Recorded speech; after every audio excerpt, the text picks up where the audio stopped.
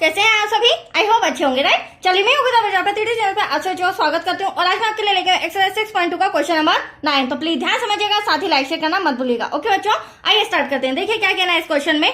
देखिए एबीसीडी एक समलंब चतुर्भुज है जिसमें AB समानांतर है DC के, राइट? AB हमें DC के समांतर दिया गया है तथा इसके विकर्ण परस्पर बिंदु O पर प्रतिच्छेद करते हैं। तो दर्शाइए कि मतलब कि सिद्ध कीजिए कि AO अपॉन में BO बराबर होना चाहिए CO अपॉन में DO के। तो कहने का तात्पर्य ये है बच्चों, सबसे पहली बात तो इस सम के अंदर हमें बुक के अंदर कोई ड्रॉ नहीं दिया गया है, इसे पढ़कर समझकर हमें एक ड्रॉ बनाना होगा।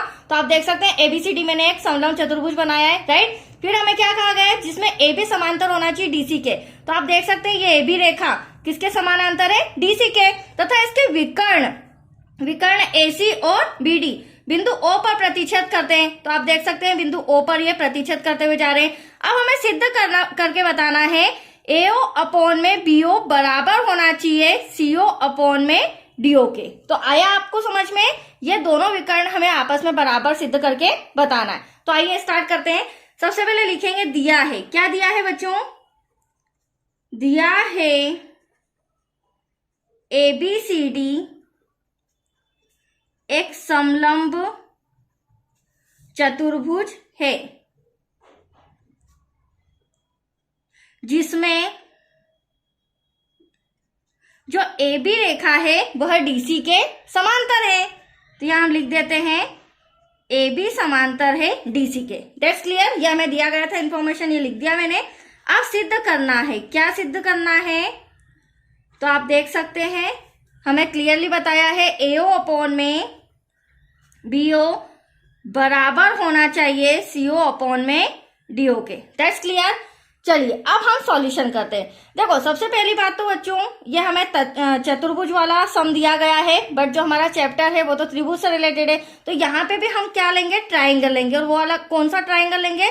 ADC, ये वाला त्रिभुज लेके हम एक साइड मतलब लेफ्ट हैंड साइड तो प्रूफ करके बताएंगे, राइट? अब देखिए क्या करूंगी मैं यहाँ पर, सबसे पहले एक रचना करूंगी। रचना में क्या करेंगे, यहाँ पर जो O दिख रहा है O से हम एक रेखा खींचेंगे और इसे नाम देंगे बिंदु को E। तो कहने का मतलब ये है O को E से मिलाया, और O को E से मिलाया भी सही, और ये रेखा खींचने से हमें मिला क्या? तो आप देख सकते हैं OE एक समांतर रेखा खींची है जो DC के भी समांतर है और यहाँ पर AB के भी समांतर है, ठीक है? तो यहाँ पर हम पहले लिख लेते हैं जो हमने रचना की है।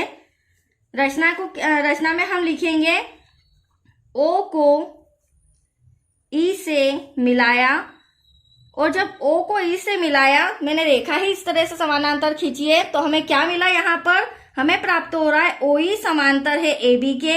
यहाँ लिख सकते हैं हम जो OE रेखा है वह समानांतर है AB के, एवं OE रेखा DC के भी समानांतर है। तो OE रेखा समानांतर है DC के। यहां तक कोई डाउट? ये रचना करने से हमें मिला। अब मैं ले रही हूं ट्राइंगल ADC में। अब यहाँ पे आप ध्यान से समझिएगा, त्रिभुज ADC में आपको एक समांतर रेखा दिख रही है। क्या दिख रही है? EO, right? अब किसी भी त्रिभुज में हमने थेल्स प्रमेय पढ़ा है पहले बच्चों। थेल्स प्रमेय क्या कहती है? किसी भी त्रिभुज की एक भुजा के समांतर यदि कोई रेखा खींची जाती है, चाहे तो आप इसे आगे भी बढ़ा सकते हैं, यदि कोई रेखा समांतर खींची जाती है तो वह अन्य दो भुजाओं, तो आप देख सकते हैं अन्य दो भुजा AD और AC, इनको बराबर अनुपात में बांट देती है। तो यहाँ पर क्या हो जाएगा? AE अपॉन में ED और AO अपॉन में OC, राइट? तो यहाँ पर हम ट्राइंगल ले रहे हैं। त्रिभुज ADC में क्या हो जाएगा? OE जो है वह समांतर है किसके? DC के, राइट? अब OE DC के समांतर है तो यहाँ पर थेल्स प्रमेय से हम लिख सकते हैं AE अपॉन में ED बराबर है AO अपॉन में CO के। हाँ, ब्रैकेट में लिखना जरूर है हमें। ये कंडीशन कैसे लाए हम? थेल्स प्रमेय से, राइट? इसे हम दे देते हैं इक्वेशन नंबर फर्स्ट। यहां तक कोई डाउट बच्चों? अब हम क्या करेंगे? सेकेंड इक्वेशन लाएंगे। देखो मैंने ड्रॉ ए को रिटर्न करके रखा है। अब हम यहाँ पर लेंगे ट्राइंगल ABD में। आप चाहे तो ये वाला भी ले सकते हैं, ये वाला भी ले सकते हैं, ठीक है? फिलहाल मैं ले रही हूं ट्राइंगल ABD। तो त्रिभुज ABD में आप देख सकते हैं यहाँ पर भी जो हमारा ईओ है या ओ एक ही बात है, वो समानांतर है किसके, ए बी के। तो यहाँ लिख लेंगे हम ईओ समांतर है ए बी के।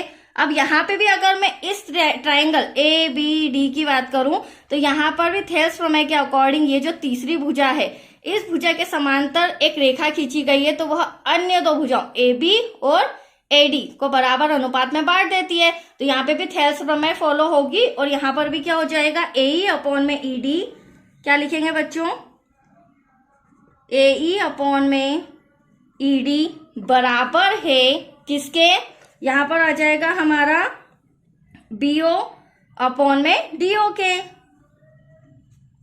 ब्रैकेट में लिखना होगा बच्चों थेल्स प्रमेय से। यहां तक कोई डाउट? इसे दे देते हैं हम इक्वेशन नंबर सेकेंड। अब ध्यान से देखिएगा, दोनों ट्राइंगल से मैंने इक्वेशन ले आया। अब यहाँ पर आप देख रहे हैं ए अपॉन में ई डी बराबर है ए अपॉन में सीओ के।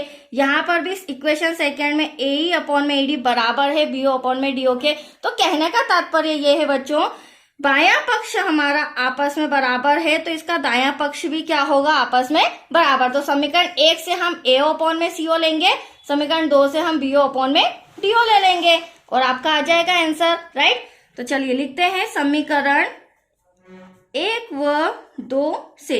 अभी मैंने जस्ट बताया समीकरण 1 से लेंगे हम एओ अपॉन में सीओ बराबर, समीकरण 2 से हम लेंगे बीओ अपॉन में डीओ। आपका आंसर तो आ चुका है, पर यहाँ पर थोड़ा सा प्रॉब्लम है। क्या प्रॉब्लम है, देखो अब यहाँ पर एओ के अपॉन में बीओ आ रहा है लेकिन हमारा सीओ आ रहा है, और यहाँ पे सीओ के प्लेस पर क्या आ रहा है, बीओ। तो इसे रीअरेंज कर लेंगे, बी जो सीओ है वो सॉरी बीओ है वो यहाँ आ जाएगा, सीओ यहाँ पर आ जाएगा, राइट।